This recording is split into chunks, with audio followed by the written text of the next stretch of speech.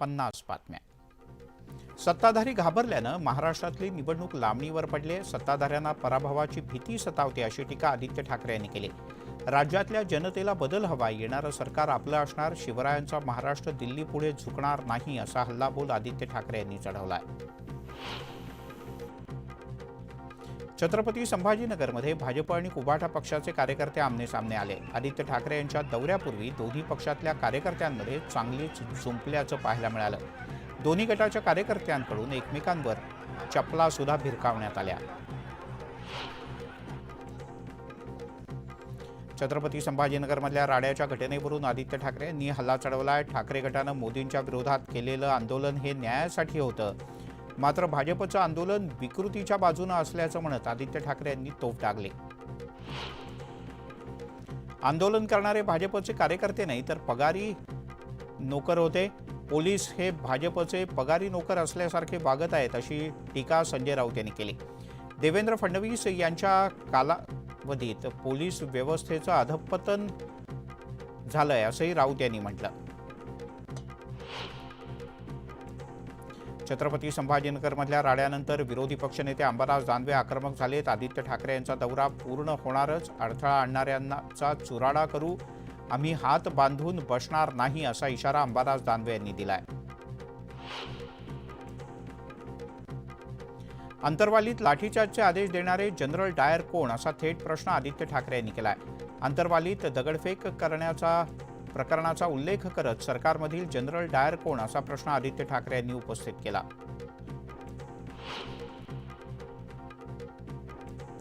आम्ही पुकारलेला बंद राजकीय नव्हता, निषेध आंदोलन विकृतीच्या विरोधात होतं असं म्हणत आदित्य ठाकरे यांनी सरकारवर टीका केली आहे। बदलापूर प्रकरणी वादग्रस्त वक्तव्य करणाऱ्या वामन म्हात्रे यांच्यावर कारवाई का नाही असा प्रश्नही त्यांनी उपस्थित केला। राष्ट्रवादी शरद पवार गटाचे नेते अनिल देशमुख यांनी गोंदिया भंडाऱ्यातल्या जागांवर दावा केला आहे। गोंदियातील तिरोडा, अर्जुनी, मोरगाव आणि भंडाऱ्यातील तुमसर या जागांवर पक्ष निवडणूक लढवेल असा दावा त्यांनी केला आहे, मात्र त्यांच्या दाव्यामुळे महाविकास आघाडीत बिघाडी होण्याची शक्यता आहे। आगामी विधानसभा निवडणुकीकरता सर्वच राजकीय पक्ष आणि कार्यकर्ते नेते कामाला लागलेत। आरपीआय आठवले गटानं राज्यातल्या 12 विधानसभा जागांची मागणी केली आहे।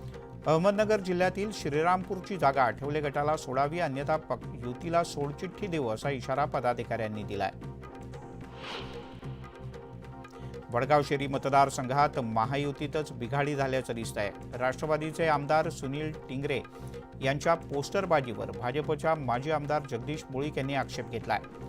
विकास कामांच्या निमंत्रण पत्रिकेत फक्त अजितदादांचाच फोटो का असा प्रश्नही त्यांनी उपस्थित केला।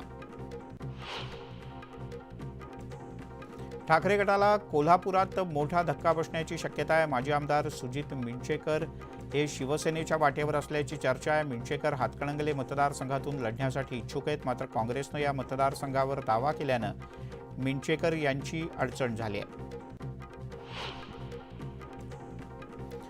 राष्ट्रवादी काँग्रेस शरदचंद्र पवार पक्षाचे कर्जत जामखेड विधानसभा प्रमुख मधुकर राळेभात यांनी पक्षाचा राजीनामा दिलाय। राष्ट्रवादी पक्षाच्या कार्यक्रमात ज्येष्ठ कार्यकर्त्यांना मत मांडण्याचा अधिकार दिला जात नाही, या सगळ्या गोष्टींना कंटाळून सर्व पदांचा राजीनामा देऊन बाहेर पडत असल्याचं त्यांनी स्पष्ट केलं। लाडकी बहीण योजना विधानसभा निवडणुकीत गेम चेंजर ठरणार असा विश्वास शिवसेनेचे नेते अर्जुन खोतकर यांनी व्यक्त केलाय। महिलांसाठी अशी योजना याआधी कुणीही आणली नव्हती, त्यामुळे याचा फायदा निवडणुकांमध्ये निश्चित होईल असंही ते म्हणाले।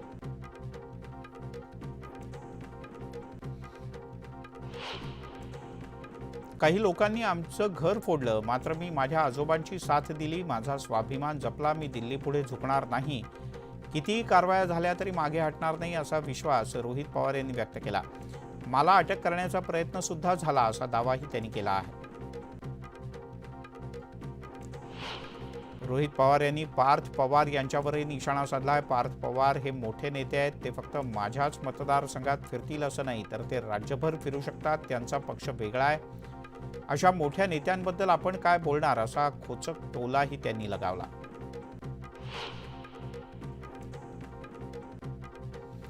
मनसेचे नेते संदीप देशपांडे यांनी राष्ट्रवादी शरदचंद्र पवार पक्षाचे आमदार जितेंद्र आव्हाड यांच्यावर गंभीर आरोप केले।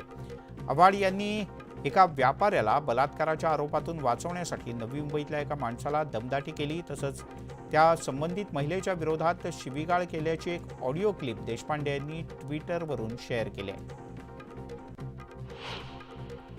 बदलापुरातील घटनेचा खासदार प्रणिती शिंदे यांनी निषेध केलाय. बेटी पढाओ बेटी बचाओ पेक्षा आता बेटी पढाओ बेटी बचाओ असं म्हणण्याची वेळ आली आहे. प्रत्येक पालकांनी मुलांना मुलींशी कसं वागावं याचं शिक्षण द्यावं असं आवाहन प्रणिती शिंदे यांनी केलं.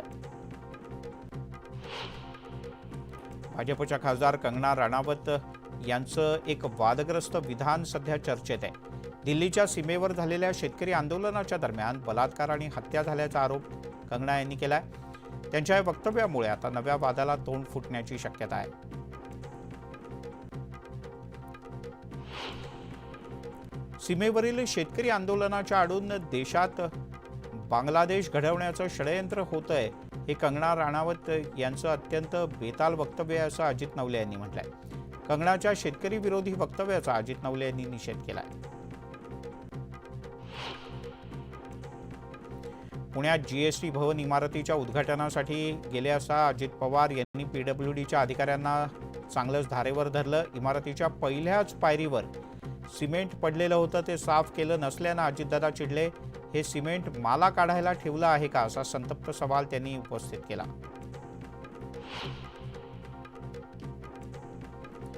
बदलापूर अत्याचार प्रकरणातील आरोपीला न्यायालयीन कोठडी देण्यात आली. आरोपी अक्षय शिंदेला 14 दिवसांची कोठडी सुनावण्यात आली आहे.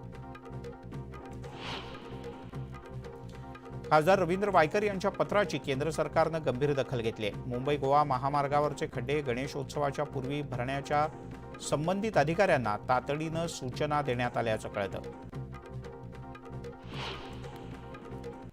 आमदार राहुल कुल यांच्या पाठपुराव्याला मोठं यश आलंय. खडकवासला फुरसुंगी बोगदा प्रकल्पाच्या कामाला राज्य मंत्रिमंडळानं मान्यता दिली आहे.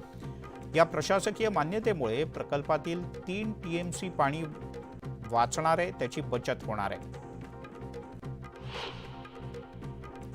अनेक वर्षांपासून प्रलंबित असलेल्या पंढरपूर एमआयडीसीचा प्रश्न अखेर मार्गी लागलाय. कासेगाव इथे एमआयडीसीसाठी मनसेनं सातत्यानं पाठपुरावा केला होता. हा प्रश्न मार्गी लागल्यानं मनसेचे नेते दिलीप धोत्रे यांनी शासनाचे आभार मानले.